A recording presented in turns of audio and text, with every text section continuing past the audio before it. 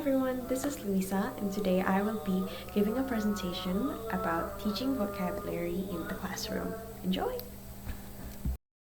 Before we start teaching vocabulary in the class, there are 5 basic procedures we need to follow. The first one is called warmer. So basically, this is like warming up. The teacher sets up a context and maybe she would use a story, for example, to illustrate the meaning of an item of language. The second procedure is brainstorming. So in brainstorming, the teacher will evoke a response from the students regarding what was done in warmer. And then after that, there's an oral practice of vocabulary where the teacher checks understanding, highlights form, and also pronunciation.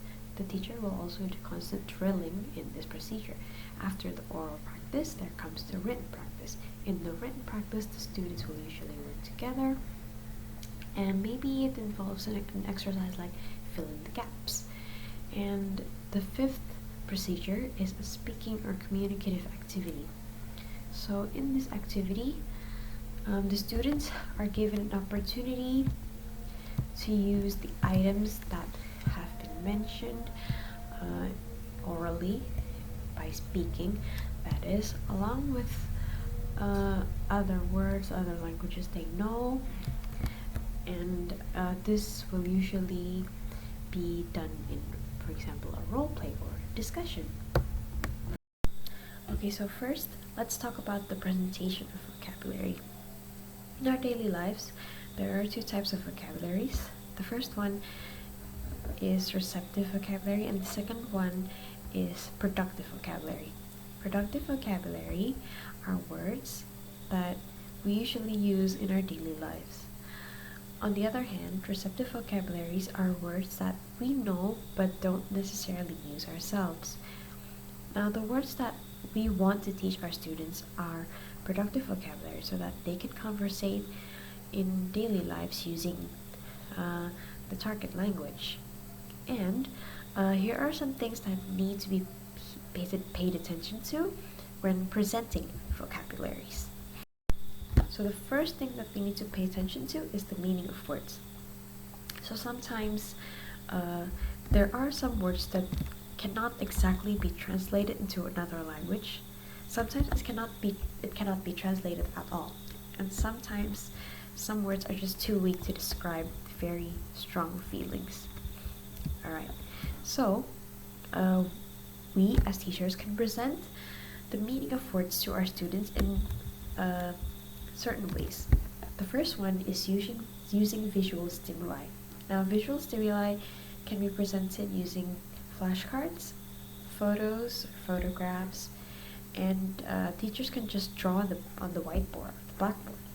Now, using the visual stimuli will help students create association between the picture and the word, and therefore it will be easier for them to remember what the word means. Next, we can also use our gestures to tell the meaning of certain words.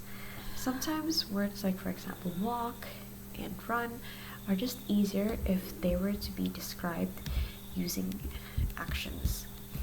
And we can also have peer tutoring. So the 2 students or maybe more can share their knowledge with our students, and this will benefit the students more because they will be able to master the vocabulary more, because when you teach someone something, you are learning much better. Okay. Another method of conveying the meaning of a word is through verbal means, and there are 5 means. The first one is through translation. Now, in translation, teachers will literally just translate a word from the target language to the source language, but this is not very recommended because, as I have previously stated, some words cannot really be translated into another language, and there is also a case when if the student translate a word, and we don't speak their word, we won't know if the student has translated the word correctly or if they've really understood. So this is considered a last resort. If possible, we should encourage the students to look for the meaning in the dictionary so that they can independently think for themselves. Next is through giving definitions and examples. Now the definitions here are in English, and it would be better if we paraphrase them, because sometimes the definitions from the dictionary is a bit too long and the words are sometimes difficult for students to understand. Now, if we want to use examples to convey meaning of a word, it's better to use a prototypical example.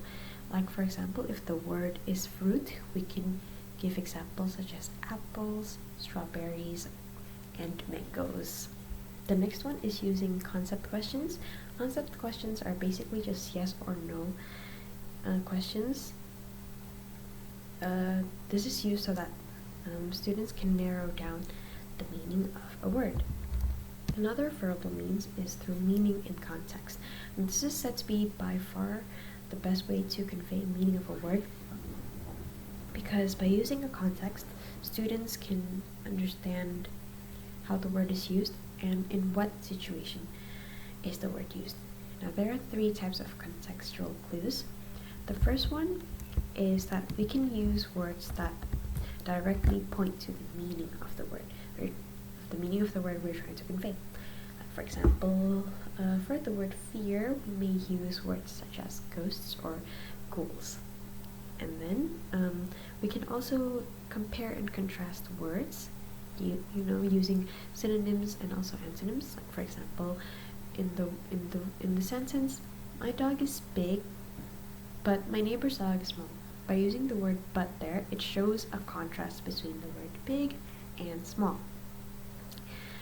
The third one is that we can use words or phrases that follow another word closely and seems to define it. This works for words that don't have a direct translation in another language. We also have to encourage students to buy a dictionary, to use one. Okay, so it might seem simple, but there are plenty of students out there who are not able to correctly use a dictionary yet. It is our job as teachers to guide them. There are also relationships between words, like, for example, collocations, antonyms, and synonyms. So by creating relationships between words, we can not only remember a word better, but we can remember words better, because every time we think of that word, we automatically think of other words that has a relation with the word. It can also help us understand the word better, help us use the word better in a sentence, and it can also broaden our vocabulary faster. Aside from that, we also need to pay attention to grammatical considerations. So our students need to know that there are tenses in English and that certain words change when paired in another word in a tense. For example, in present continuous, we have to pair 2 B's, for example, is, with a verb, and then we have to add ing. We have to inform students of that so that when they encounter those words, when they try to create those words from vocabularies that they know, they won't get confused, and that they can adjust those words so that they can make a grammatically correct sentence. It takes time, but it is one of the most important features in learning English. Next, we also have to pay attention to the spelling and pronunciation of words, because if we don't, it will cause confusion and also ambiguity. And people who see someone writing misspelled words might think that the person is not well educated. And then there's also the case of where some words which mean the same are spelled in different letters, like, for example, American and British words. Moving on, we need to pay attention to the style of words. This is especially important when we conversate in daily lives, where we have to pay attention whether we should use a formal or informal style. This also applies in writing, because formal and informal styles, both of them use different vocabularies and different words. And we also have to pay attention to the fact that there are different words used in, for example, American and British English, although they mean the same. For example, flat and apartment. Lastly, we should consider specific lexical and structural errors. So, as teachers, we are encouraged to identify our students' problems in learning the target language as early as possible. If possible, we identify the potential problems before we teach, so that when we teach, we're able to focus on what the usual problems are. We can focus on that, develop a solution, develop a better learning process, and we can also address to our students' needs. Okay, so next I'm going to talk about some activities that can be used in the classroom to learn about vocabularies. So the first one, we have a memory game. The next up, we have gap fill exercises. An exercise of matching words to pictures.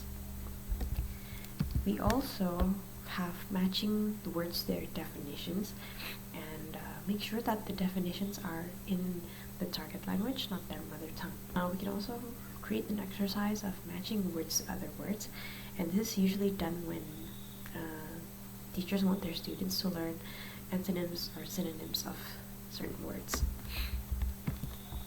And then there are also error correction exercises, but then we also have crosswords and word puzzles such as, word search.